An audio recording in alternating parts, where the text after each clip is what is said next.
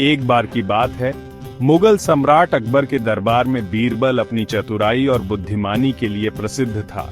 अकबर प्रायः बीरबल की बुद्धि की परीक्षा लेने के लिए नए नए तरीके सोचते रहते थे, लेकिन इस बार जो होने वाला था वह सबसे विचित्र और रहस्यमय था। एक दिन अकबर ने दरबार में प्रवेश किया और सभी को संबोधित करते हुए कहा, मेरे राज्य में समय बहुत तेजी से आगे बढ़ रहा है। मुझे लगता है कोई समय को चुरा रहा है। दरबारी हैरान रह गए। एक ने पूछा, समय को कोई कैसे चुरा सकता है जहां पनाह। बीरबल कुछ पल चुप रहा, फिर आगे बढ़कर बोला, जहां पनाह, मुझे कुछ दिन दीजिए, मैं इस रहस्य की गहराई तक अवश्य पहुंचूंगा। बीरबल ने तुरंत यात्रा आरंभ की और राज्य के विभिन्न क्षेत्रों में गया। एक दिन वह कालपुर नामक एक छोटे से गांव पहुंचा। यहाँ लोगों का जीवन अत्यंत तेजी से चल रहा था। बच्चे 5 वर्ष में ही जवान हो रहे थे, फसलें 10 दिन में पक रही थीं और सूरज एक ही दिन में 2 बार निकल रहा था। बीरबल ने सोचा, ये मामला कुछ अलग ही है। गांव के बाहर एक सुनसान जंगल में एक वृद्ध साधु रहता था। लोग कहते थे वह समय का स्वामी है। बीरबल ने उस साधु से मिलने का निश्चय किया। बीरबल, तू वही है ना जो हर पहेली हल कर देता है? पर यह समय मेरा है, मैं इसे जैसे चाहूँ वैसे चला सकता हूँ। यदि समय आपके पास है तो उसे बांटिए, चुराइए मत, लोग परेशान हैं।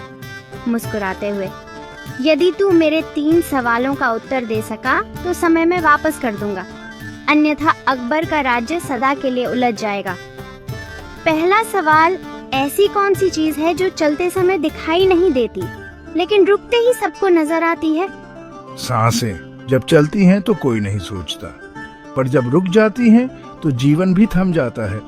दूसरा सवाल, ऐसा कौन है जो हर इंसान के पास होता है पर कोई उसे पकड़ नहीं सकता? वक्त। समय सबके पास है पर कोई उसे थाम नहीं सकता। गंभीर। तीसरा, सबसे कठिन सवाल, यदि तुम्हें भविष्य का समय देखने को मिले तो तुम क्या बदलना चाहोगे? गहरी सांस लेकर, मैं कुछ नहीं बदलूंगा, पर आज के समय को ऐसा बना दूंगा कि भविष्य को बदलने की आवश्यकता ही न पड़े। साधु शांत हो गया।